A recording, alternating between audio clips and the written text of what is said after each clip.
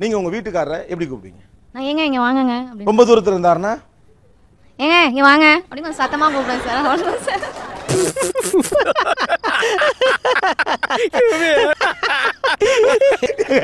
அந்த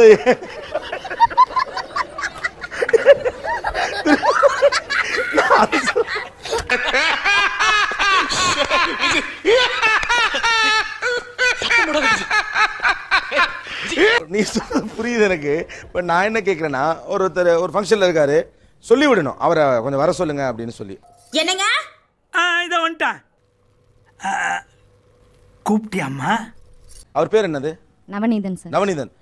நவநீதன் வாங்கன்னு கூப்பிடலாம் மாட்டீங்களா? கூப்பிட மாட்டேன் சார். சும்மா கூப்பிட்டு பாருங்க.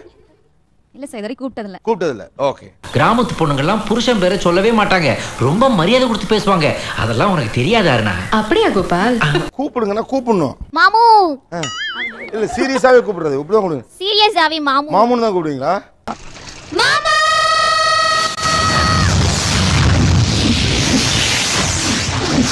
இல்ல எங்க வீட்டுக்காரரை கூப்பிடுங்க. உங்க வீட்டுக்காரர் அவர் இல்ல மொபைல்ல மிஸ்டு கால் கொடுப்பேன். அவ்வளவுதான். அவ்வளவுதான். அதுக்கு எனக்கு அதெல்லாம் தேவையில்ல. எப்போ வரீங்க? எப்போ வரீங்க? எப்போ வரீங்க? எங்க வீட்டுக்காரரை கண்ணே அப்படின்னு கூப்பிடுவேன். இல்ல நீங்க பெட்ரூம்ல எப்படி கூப்பிடுவீங்கன்னு கேட்கல. இல்ல நக்கல்யா அவனுக்கு. எங்க இருக்காரு? வந்திருக்காரா? இங்க இருக்காரு. கூப்பிடுங்க. கண்ணே. வணக்கம் கண்ணே. Okay cool. என்னம்மா கண்ணு சௌக்கியமா? தூரத்துல இருந்தா நான் கூப்பிடவே மாட்டேன். நான் பக்கத்துல போய் பேசிட்டு வந்துருவேன். ஓ இங்க எப்படி கூப்பிடுறது? சீரியஸா கூட மாட்டேன். ஐயோ எப்படி வளர்த்திருக்காங்க. சொல் சொல் சொல். கொஞ்சம் தள்ளி இருந்தானா என்னங்க அப்படின்னு கூப்பிடுவேன். இன்னும் கொஞ்சம் தள்ளி இருந்தா யஸ்வினாப்பா கொஞ்சம் இப்படி பாருங்களேன். யஸ்வினாப்பா. ஆமா.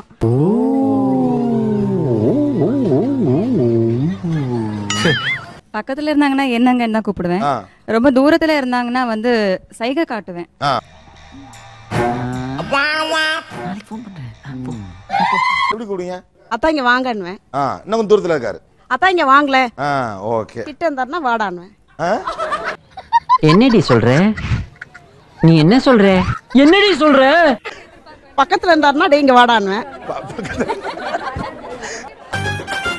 என்ன எலவிடாது? எப்படி வந்து சிக்கிரிக்கம் பாத்தீங்களா? கூப்பிட்டு காட்டுங்க எனக்கு. இங்கதான் இருக்காரு. பரவாயில்ல கூப்பிடுங்க. எங்க இருந்தாலும் கூப்பிடுங்க. ஜோ. ஜோ 2-3 தடவை கூப்பிட்டீங்கன்னா வேற மாதிரி ஆயிரும். நாய் கூப்பிடுற மாதிரியே இருக்கு. அத பத்தி நீ ஏன் ஃபீல் பண்ற? நான் ஃபீல் பண்ணனும். Okay? Be careful. I say தொப்லா. தொப்லா. அப்படினா குஷி மூட்ல இருந்தா ஐ சே தொப்லா. போயா தோப்லா. தொப்லானா? நான் குஞ்சாயினா நீ தொப்லாண்டா. வீட்டுக்காரர் முன்னால என்ன போஸ்டர்ல உட்காருவீங்க? எப்படி உட்காருவீங்க? வீட்டுக்காரர் உட்கார்ந்து நின்னுட்டு இருக்காரு, உட்கார்ந்திருக்காருன்னா அவர் முன்னால எப்படி உட்காருவீங்க?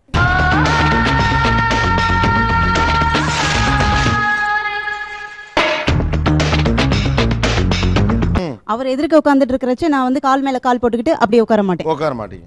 ஏன்? அது வந்து எப்படி உட்கார கூடாது? கால் ஆட்டின்னு உட்கார கூடாது. கால் ஆட்டிட்டு உட்கார முடியாது. கால் ஆட்டின்னு கால் மேல கால் போட்டுன்னு உட்கார கூடாது. அப்படி உட்கார மாட்டீங்க. நீ ஏமா பின்னாடி நிக்கிற? வந்து உட்காருமா. அஷிஷோ பரவாயில்ல மாமா. என்னைக்குமே என் புருஷ பின்னாடி நிக்கிறதா எனக்கு பெருமை. அட எருமை. அவர் சேர்ல உட்கார்ந்திருந்தா நான் கீழ தான் எப்பயுமே உட்கார்றது. ஓகே. ஓ அவர் சேர் உட்கார்ந்தா நீங்க சேர்ல உட்கார மாட்டீங்க. இது டூ மச். இது டூ மச். எது? Too much. எதுப்பா? அவங்க நின்னுட்டு இருக்கப்ப நான் உட்கார மாட்டேன். அவர் நின்னுட்டு இருக்கப்ப நீங்க உட்கார மாட்டீங்க. வீட்ல கூடவா? வீட்ல கூட. அவங்க உட்கார்ந்திருந்தா நான் உட்காருவேன்.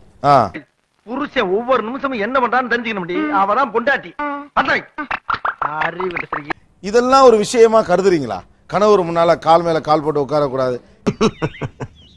உங்களை எல்லாம் பார்த்தா எனக்கு பாவமா இருக்கு. எங்க மாமியார் கூட தான் இருக்காங்க. எங்க மாமியார் கீழ உட்காராங்க, இல்ல ஹஸ்பண்ட் கீழ உட்கார்ந்தா நான் சோஃபால உட்காருவேன். தனியா இருந்தா ஒரு மடியில உட்கார்ந்துப்பேன். Rajender. Yes sir. Adyar to Besant Nagar ஷார்ட்டா எப்படி போறது? ஃபாஸ்டா போனா 5 நிமிஷத்துல போயிடலாம். கெஸ்ட் வந்தாலும் ஹஸ்பண்ட் கூடவே நானும் உட்கார்ந்து அவங்க கூட பேசுறது உண்டு. யாரும் இல்லாதப்போ அவர் மடியில என் 2 காலையும் தூக்கி போட்டு ரிலாக்ஸ்டா கூட உட்கார்றது உண்டு. ஓகே. சார் நீங்க வைஃப் கூட வெளிய போறேன் சார். ஆபீஸ் வரல நாளைக்கு பாத்துக்கலாம். சார் எனக்கு என் வேலையோட என் வைஃப் தான் சார் முக்கியம். புரிஞ்சுக்கங்க சார். அவர் சேர் போட்டு உட்கார்ந்திருந்தாருன்னா நானும் பக்கத்துல சேர் இழுத்து போட்டு பக்கத்துல உட்கார்ந்துக்குவேன். சப்போஸ் டிவி பாத்துட்டு இருக்காருன்னா அவர் தோள்ல சாஞ்சிட்டு டிவி பாக்குறது எனக்கு கம்ஃபர்டபிளா ஃபீல் பண்ணுவேன்.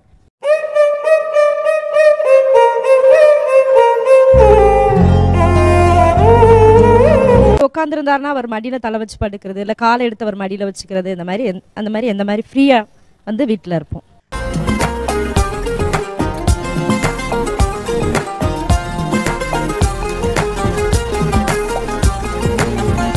கணவனே கண் கண்ட தெய்வம் என்கிறது ஒரு தரப்பு.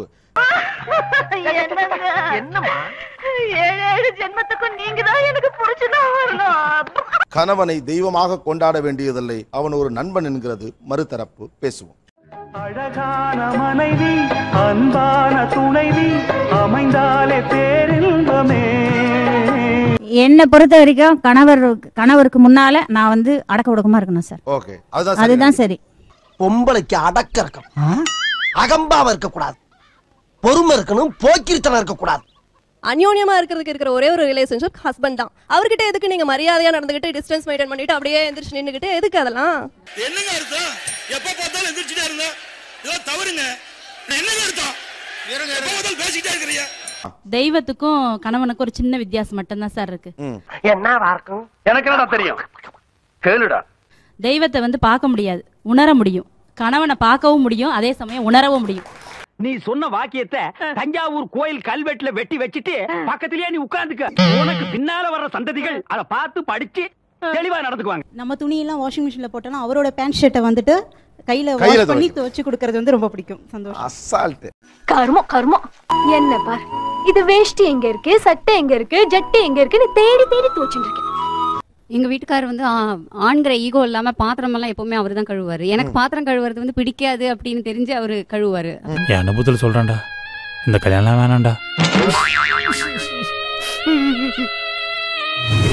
அவர் சாமான் கழுவுனாரு, அப்புறம் நான் எதுக்கு இருக்கேன்? யார் யாது? சாமான கழுவுறது, வீடு பெருக்கிறது, சமையல் செய்யறது, இது என்னோட வேலை. அவருக்குன்னு ஒரு பொறுப்பு இருக்கு, எனக்குன்னு ஒரு பொறுப்பு இருக்கு. ஆம்பளைங்கிறவன் வெளியில போய் வேலை பார்க்கணும், பொம்பளைங்கிறவன் அடுப்படியில உட்கார்ந்துக்கிட்டே எல்லா வீட்டு வேலையும் கவனிச்சுக்கிட்டு அப்படியே புருஷனையும் சந்தோஷப்படுத்தணும். அதுதான் தமிழ் பண்பாடு, கலாச்சாரம். அவங்களுடைய சொந்தமான தனிப்பட்ட திறமைகளை அவங்களால வளர்க்க முடியாது. ஏன் புருஷன், இது ஏன் குடும்பம், ஏன் குடும்பத்துக்காக நான் செய்யறேன். புருஷனுக்கு உதவியா இருக்கட்டும், அவ ஆபீஸ்க்கு போய் சம்பாதிக்கிறா. அவளுக்கு உதவியா இருக்கட்டும், நான் சமையல் வேலையை வீட்டு வேலையும் பாத்துக்கிறேன். இதுல தப்பு என்ன இருக்கு? வெளியில நான் போய் என் புருஷன் சாமான் கழுவுறாருன்னு சொன்னா என்ன சொல்லுவாங்க? ஏன் புருஷனுக்காக நான் கவலையே செய்யணும். சொன்னா நீங்க வந்து சொந்தமா விரும்பி எதுவுமே செய்யல, அது உங்க மேல திணிக்கப்பட்டது. காமராஜர் அந்த காலத்திலே சத்துணவுல இருந்து எல்லா திட்டமும் போட்டு ஸ்கூல் ஆரம்பிச்சாரு. அப்படி இந்த மாதிரி தற்கொலை படிக்காம ஏன் உசுரம் வாங்குது? என்ன பண்றது? திணிக்கப்பட்டது இல்லமா, திணிச்ச யாருமே செய்ய. நான் விரும்புறேன், என் கணவருக்காக செய்யறத நான் விரும்புறேன், என் குடும்பத்துக்காக செய்யறத நான் விரும்புறேன். உங்கள் அறிவை மதிக்கிறவன் தான் உங்களுக்கான ஆம்பளை. உங்க அழக மட்டும் மதிக்கிறவன் உங்களுக்கான ஆம்பளை கிடையாது. ரைட்? உங்க மேல அன்பு அக்கறைங்கிறது உங்க கணவனுக்கும் வேணும். நீங்களும் ஒரு மனித பிறவி, அவருக்கு இருக்கிற எல்லாமே உங்களுக்கும் இருக்கு இல்லையா? நீங்க எந்த விதத்துல அவரை விட தாழ்வா நினைக்கிறீங்க? பொம்பளைனா இப்படி இருக்கணும் அப்படி இருக்கணும்னு இன்னும் எத்தனை நாளைக்கு சொல்லிட்டே இருப்பீங்க? எங்களுக்கு தெரியாதா நாங்க எப்படி இருக்கணும்னு? நான் தாழ்வாவே நினைக்கல, நான் ஏன் நினைக்கிறோம்?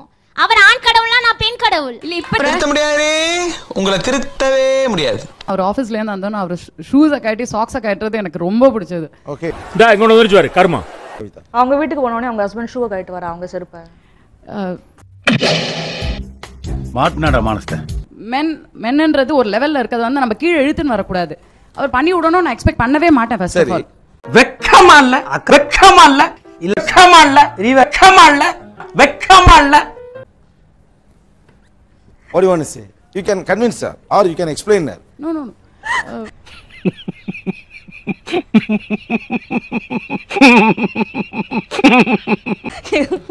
இது எதுவும் பண்ண முடியாதுன்னு எனக்கு தோணுது. இதான் சார் நம்ம பையன் புத்திங்கிறது. என்ன பண்றீங்கம்மா? நீங்க என்ன படிச்சிருக்கீங்க? நான் MBA பண்ணிருக்கேன். நான் ஒரு ஹவுஸ் வைஃப். நான் You are an MBA? I am an MBA. நம்ப முடியவில்லை, இல்லை இல்லை. ஒரு MBA படிச்ச பொண்ணு இப்படி ஒரு ஆட்டிட்யூட் இருக்கிறது நீங்க எப்படி பாக்குறீங்க? எனக்கு ரொம்ப அதிர்ச்சியா தான் இருக்கு. அதிர்ச்சியா இருக்கு. இவங்க பண்றதெல்லாம் என்ன சார்? அக்கிரமமா இருக்கு சார். இவங்களாம் பண்றது ரொம்ப தப்பு சார். அது பயங்கர ஷாக்கா இருக்கு. ஒரு பக்கம் இன்னொரு பக்கம் பயங்கரமா கோவம் வருது. இவங்க வந்து கன்வீனியன்ஸ்னு சொல்றாங்க. அது கன்வீனியன்ஸ் இல்ல, அது என்னோட right. I think I have to live my life. அது தப்புடா, அது பைத்தியம் என்னன்னு தெரியுமா தெரியாது. அப்படி ஒரு மனநிலை வர்றதே பைத்தியம். அது அவசியம் இல்லாத விஷயம் உனக்கு தெரியும், ஆனா நீ அதை என்ஜாய் பண்ற. பாய் பாய். நேயர்களே, இவ்வளவு நேரம் இது ஒரு முக்கியமான பேட்டியை பார்த்தா. தயவு செய்து சப்ஸ்கிரைப் பண்ணுங்க, இல்லைன்னா இந்த மாதிரி புது புது ஆளுங்களை கூட்டு வந்து சப்ஸ்கிரைப் கேட்போம்.